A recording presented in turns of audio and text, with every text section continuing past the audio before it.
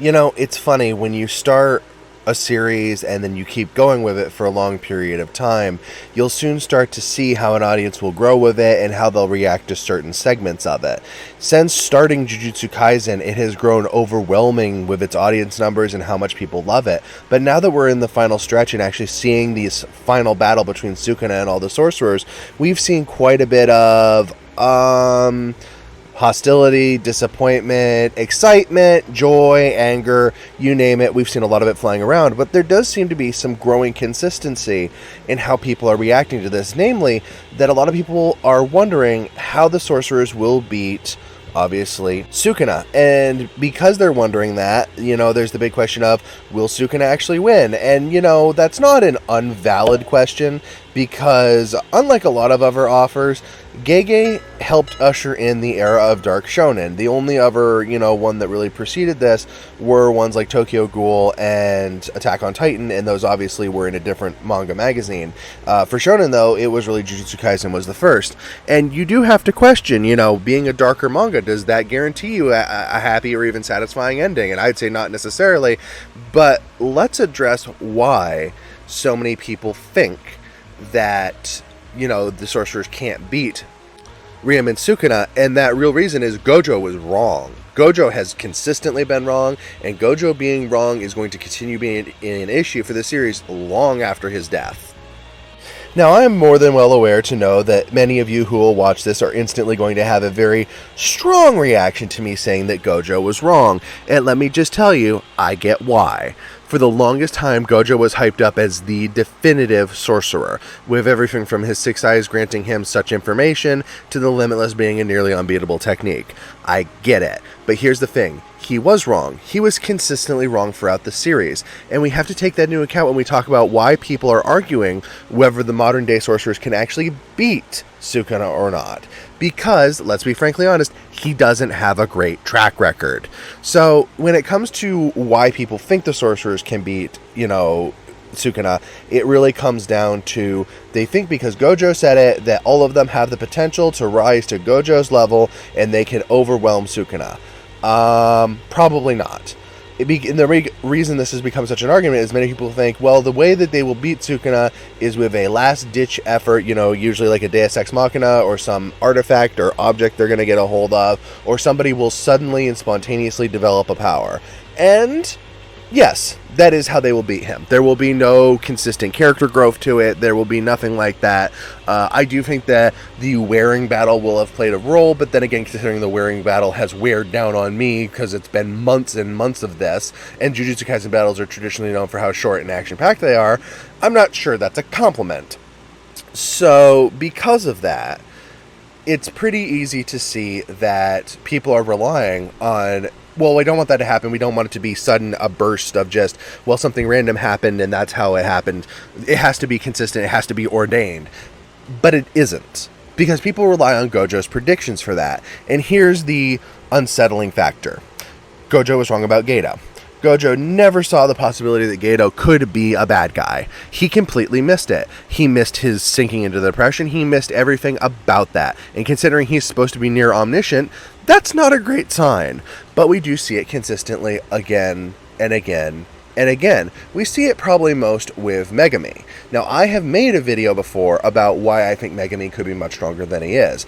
But I also have to fully acknowledge that while I wholeheartedly believe in that episode, it can't happen because Megumi doesn't have the personality for it.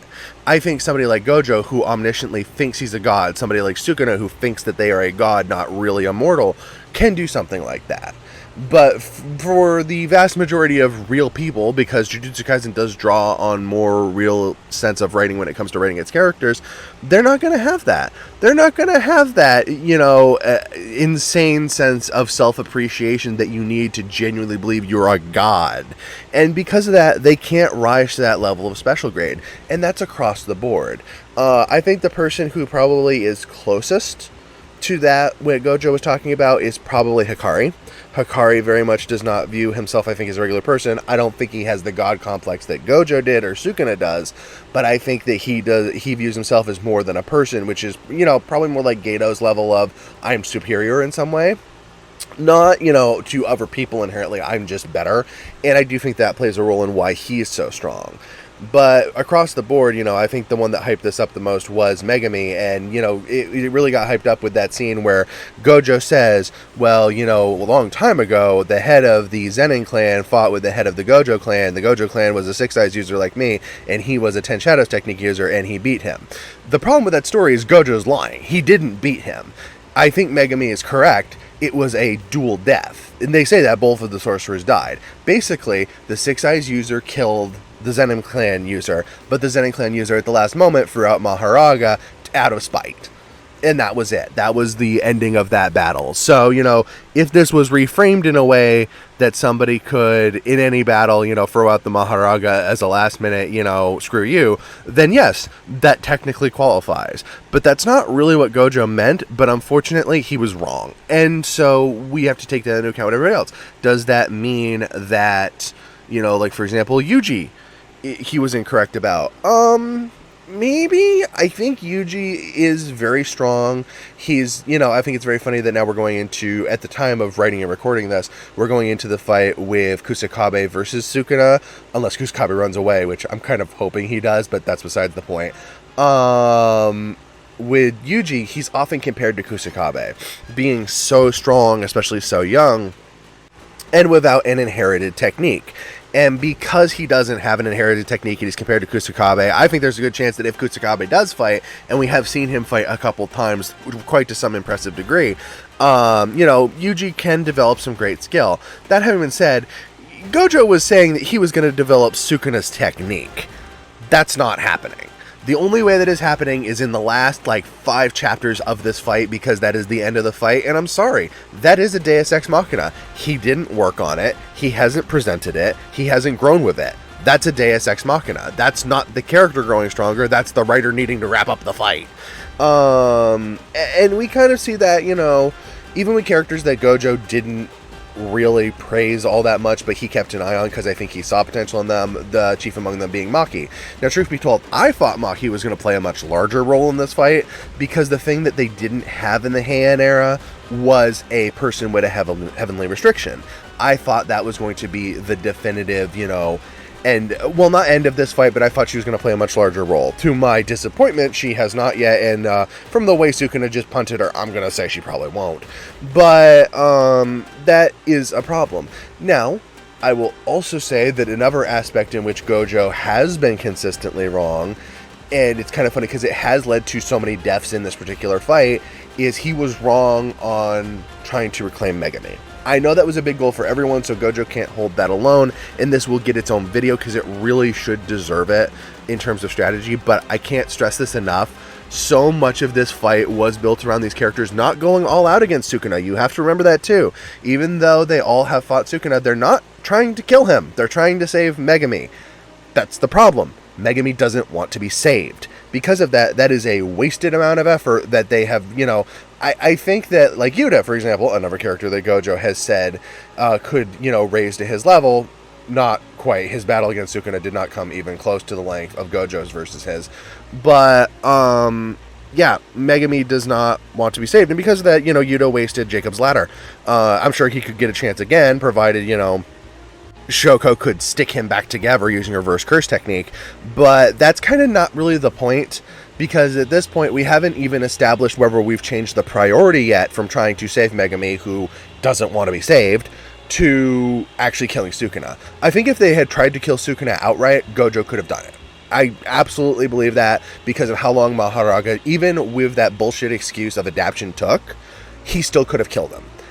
But because he wasn't trying to, we got this prolonged battle.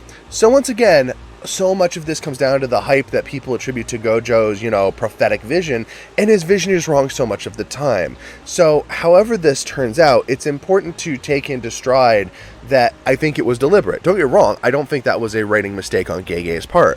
I think it was very deliberate to say, Gojo has these prophetic powers, everybody's going to listen to them, when in actuality, he's fallible. He's quite fallible. He got trapped, he got tricked, he's lost his friends, he's done multiple things that obviously show that he can screw up, and he can screw up badly. So because of that, I think when people went into this fight, clinging to some of the things that he'd said in the past, I kind of think Gege wanted that, and I kind of think he wanted to break out of it. Does that make it any less disappointing when our characters are getting tossed around like folded laundry? No, but there it is. So what will happen next? I think you might want to stick around for our next episode, because we're kind of cover why Sukuna isn't the real villain of Jujutsu Kaisen and how that is impacting this fight.